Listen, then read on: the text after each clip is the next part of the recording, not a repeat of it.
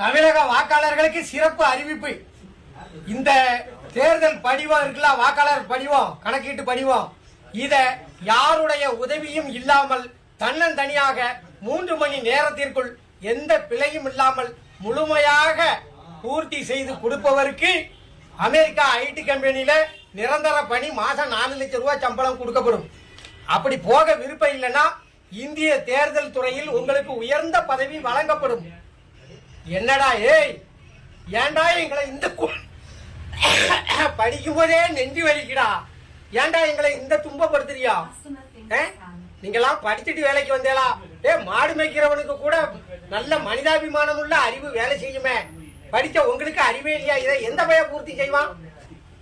போன தேர்தலில் ஓட்டு போட்டதே யாவும் இல்லை. காலையில ஓட்டு போடும்போது கேட்பான், எந்த பள்ளிக்கூடத்துல போய் ஓட்டு போடணும் முடியுது. இந்த லட்சணத்துல மக்களை வச்சுக்கிட்டு என்னமோ அமெரிக்கா விஞ்ஞானி மாதிரி நாங்க இருக்கிற மாதிரியும் நீங்க இது எந்த பையனுக்கு புரியுது? வாக்காளர் எண்ணு, மயில அடையாள எண்ணு.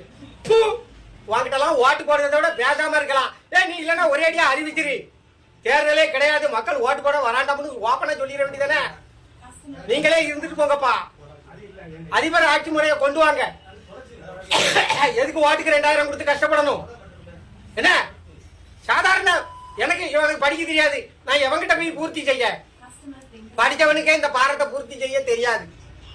என்ன கேவலப்படுத்துதிய நீங்க? ஒரு எளிய பாமரனுக்கு புரியாண்டாமா? என்னவா 100% கல்வியறி, 100% படித்தவனுக்கே இதை பூர்த்தி செய்ய தெரியாது. நான் ஆனா சவால் ஊட்டி சொல்லுதேன். போன தடவை யாருக்கு ஓட்டு போட்டோம்னே தெரியாம வாக்காளர் பூரா பைத்தியம் முடிச்சு சுத்திக்கிட்டு இருக்கான். இந்த நிலைமையில நீங்க இப்படி ஒரு பாரத்தை கொடுத்து பூர்த்தி செய்ய சொன்னா எவன் பூர்த்தி செய்வான்? ஒரே அடியா தேர்தல் ரத்து இந்தியால அப்படின்னு அறிவிச்சுட்டு போங்கப்பா. எங்களுக்கு எவன் வந்தாலும் ஒண்ணுதான். நீங்க ராணுவ ஆட்சியை கொண்டு வந்தாலும் நாங்க உழைச்சுதான் சாப்பிடணும். பேசாம ராணுவ ஆட்சி கொண்டு வந்துருங்க. எதுக்கு போட்டுக்கிட்டு மாரடிச்சுக்கிட்டு இருக்கியா?